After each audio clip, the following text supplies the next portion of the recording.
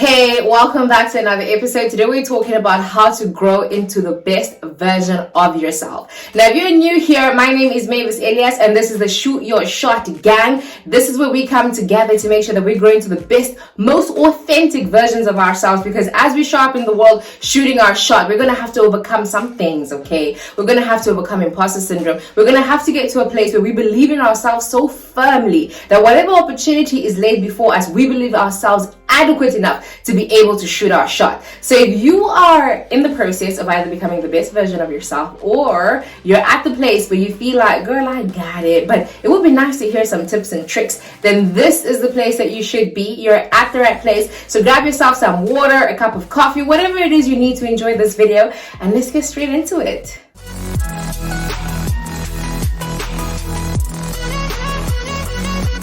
Okay, so if you're like myself, you find yourself very much setting goals at the beginning of the year. And one of the things that I set for myself at this juncture in my life for the year 2021 is I was like, you know what, Jesus, a girl that needs to find who she is. She needs to just basically go deep into myself, because I wanted to be able to answer the question, who are you? It's such a loaded question that a lot of the times when they're like, who are you? You're like, well, you know, I'm a civil engineer. I'm presently doing my MA. But the thing is, those are very external parts of who you are, because that does not define who you are on the core of who you are. But I guess because you show up in a world that's very globalized, and your sort of economic position sort of deciphers and determines who you are and what level at which people can treat you, we have come to define ourselves by the external parts of who we are. And these are the things like career, who you are, married to, how many kids you have. But I feel like when we talk about authentic version, it's the things that are on the inside, outside of the externalities. And these are the things on the inside. Are you trustworthy? What are your boundaries? What do you believe in? The things on the core of who you are make up the core of who you are, in essence, right? So I'm going to share with you 3 things that I have been doing and have done to grow into the most authentic version of myself, because I'm not a therapist. I did not go, to Yale or Harvard to actually study therapy or whichever, but I have gone to therapy sessions myself, which I'll actually share just now. And that's because I have actively, for a very long time, been trying to make sure that I can just cultivate the person on the inside and take care of the inner me so that I can show up better in the world, right? So take everything that I say with a pinch of salt. If you disagree, honey, please, in the comment section, be like, honey, no, I don't believe that's the way, Mavis. And I'm gonna be like, I respect your opinion. But it's the same space. All right, cool. So the first thing is I did soul searching. Soul searching is one of those things where you just go, like, you sit still and you allow yourself to journey into the deepest parts of your mind, your feelings, your past. And soul searching is difficult. It's literally like purging, because you're gonna have to face some of the more difficult parts of who you are. And what I mean by that is I had to sit and ask myself, how did I feel about my upbringing? How did I feel about my career choices? How did I feel about many of the relationships that I've been in, how they ended, how they did not end? It was just a thing of really having to sit with myself and journey into my soul to ask myself, what makes up who I am? And I'm going to share one of the things in soul searching, because soul searching is such a loaded term that really it will take an entire video for us to be able to break down those things, right? But soul searching is such that you sit with yourself and you ask yourself some fundamental of what are your boundaries, right?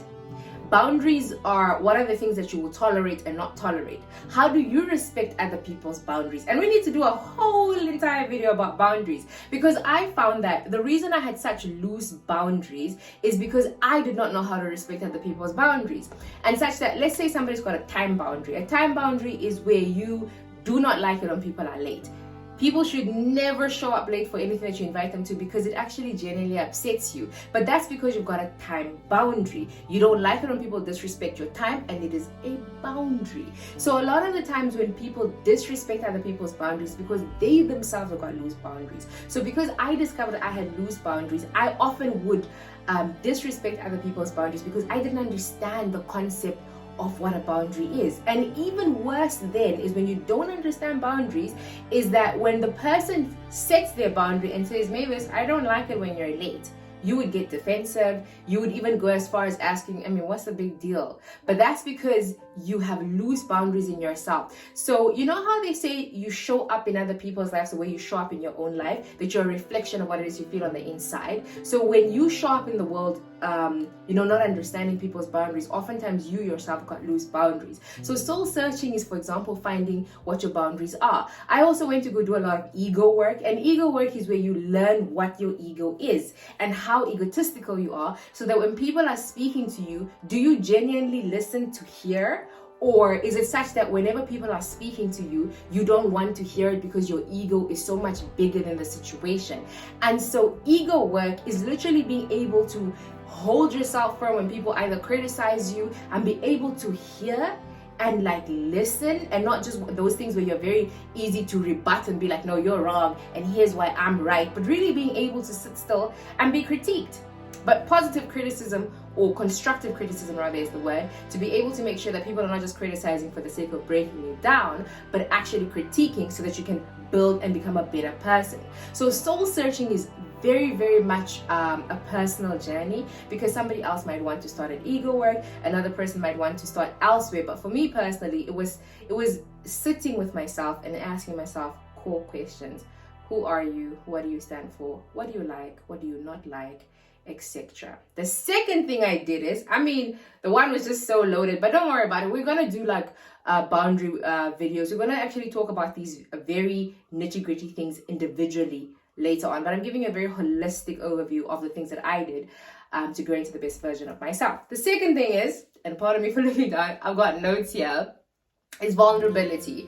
And vulnerability is two things for me specifically. It's talking and therapy. And I know there's a lot of stigmatization as to therapy. A lot of people don't believe in going to therapy because of the stigma of mental health. But I tell you, I have been in therapy for a period of about 2 years to date, and I've gone to therapy in my earlier years, but consistently going to therapy has been something that's been instrumental in me learning vulnerability. And vulnerability shows up in being able to be honest with yourself about the things that make you who you are, the things that are so deeply ingrained in you that you would dare speak about them out loud. You know, when somebody shows their authentic side and makes you uncomfortable, it probably is because you struggle with vulnerability. Where somebody tells you about how the deepest parts of them, you're like, no, you don't tell people that stuff. But it's because we would rather hide ourselves and not show the truest, authentic versions of ourselves, because vulnerability makes us uncomfortable. You would rather cry alone, and there's nothing wrong with if that's your method of healing, but oftentimes we hide. You would rather, when you're sad and you're feeling very down, you would rather hide yourself away from people and not reach out to the people that care most about you, because vulnerability is difficult. When you're embarrassed, you'd rather not share it because vulnerability is difficult. So therapy has been instrumental in teaching me how to be vulnerable, to be able to talk about the things that I would oftentimes just want to have cowering behind me. And the more you expose the things that you often don't want to talk about, the more you can heal. And healing is literally so integral in your journey to becoming your authentic self, because when you haven't healed, you tend to show up with a hardened heart. You tend to show up with jealousy. Your heart just isn't very pure, and this is because there are parts of you that are hurting. So every time I encounter somebody who depicts a lot of sort of negative traits or whichever, I often understand that, there's just a lot of hurt that is behind that person that they have not dealt with. And I sympathize and empathize, because there was a time that I also did not show up as the best version of myself in the world. And I'll tell you all about those stories in subsequent videos. But there have been times that I myself was showing up in the world very hurt. And that means that I wasn't living with the most authentic version of myself, but rather operating from a place of hurt, right? Okay, so the third thing is get to know yourself. What do you like?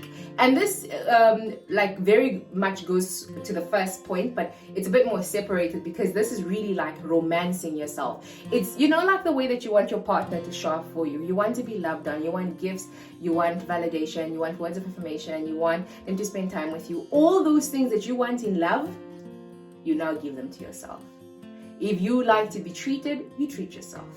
You love to be affirmed, you affirm yourself. You like to be listened to, you listen to yourself. Yes, this is actually something I discovered about myself. For a long time, I didn't used to listen to myself. I was very quick to dismiss my own thoughts because I would invalidate my thoughts. And this is because when you show up in the world, you tend to sort of like project the things that are going on the inside of you. So if you ever find yourself being judgmental, you probably judge yourself very much. You never have time for people. You probably never have time for yourself. It's always just like a projection. Like how you show up in the world is like a mirror. And every time you find like parts of you that are often like, maybe I should do this and I don't really like it, just stand still long enough to be able to reflect. Like let your ego not get in the way of you being able to reflect on these things. But that's not the point. The point of the third point is for you to be able to get to know yourself, so as to be able to give yourself the things that your heart so deeply desires.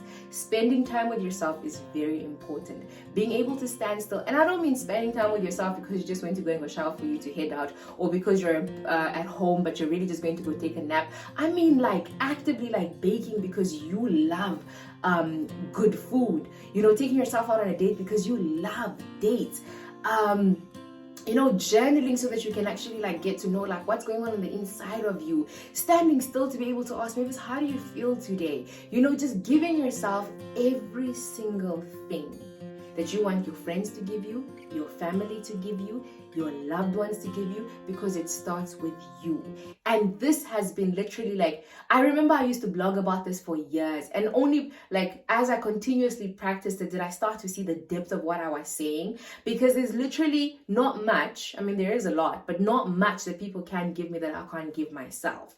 Because at the end of the day, like it starts with me. I can't expect of anybody anything that I can't give myself. If I can't give myself patience, chances are I probably couldn't ask for that, because I don't even know what it looks like. If I can't give myself empathy, compassion, if I can't give myself attention, loving, safekeeping, just a safe space to be able to hold space for myself and be able to check in with myself, to ask myself, how am I doing? I mean, man, you don't understand. It's life-changing. It is so life-changing. These are 3 fundamental things that I myself have done, am continuing to do, because it's always a work in progress. It's a journey, because it doesn't help that you start, taking care of yourself today. Today you've got a face mask on. Tomorrow you took yourself out on a date, and then 3 months down the line, all of these things, you fall off of the bandwagon. But understanding that it is a journey, intentionally taking time out monthly to take care of yourself, and doing it over a good 3 or 4 years for you to actually see the active difference of how you show up in the world.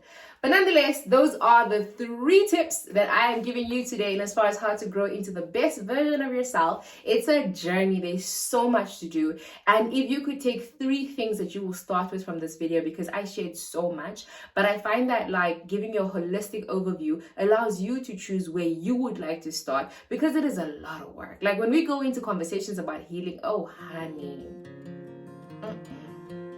but that's okay, because at the end of the day, because you're the shoot your shot gang, I would like to believe that you are willing to do the work. And it is a lot of work to take care of yourself. It is a lot of work to grow into the most authentic version of yourself. But I'd like to believe that this is work that you are willing to do, and I am going to journey along with you, because at the end of the day, we got to do this together, right?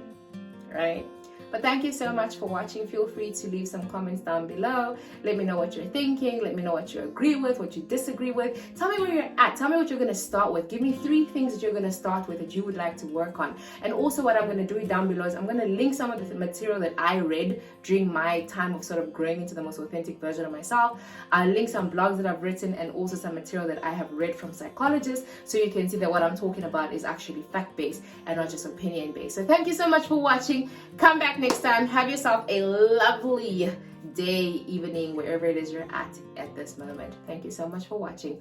Bye-bye.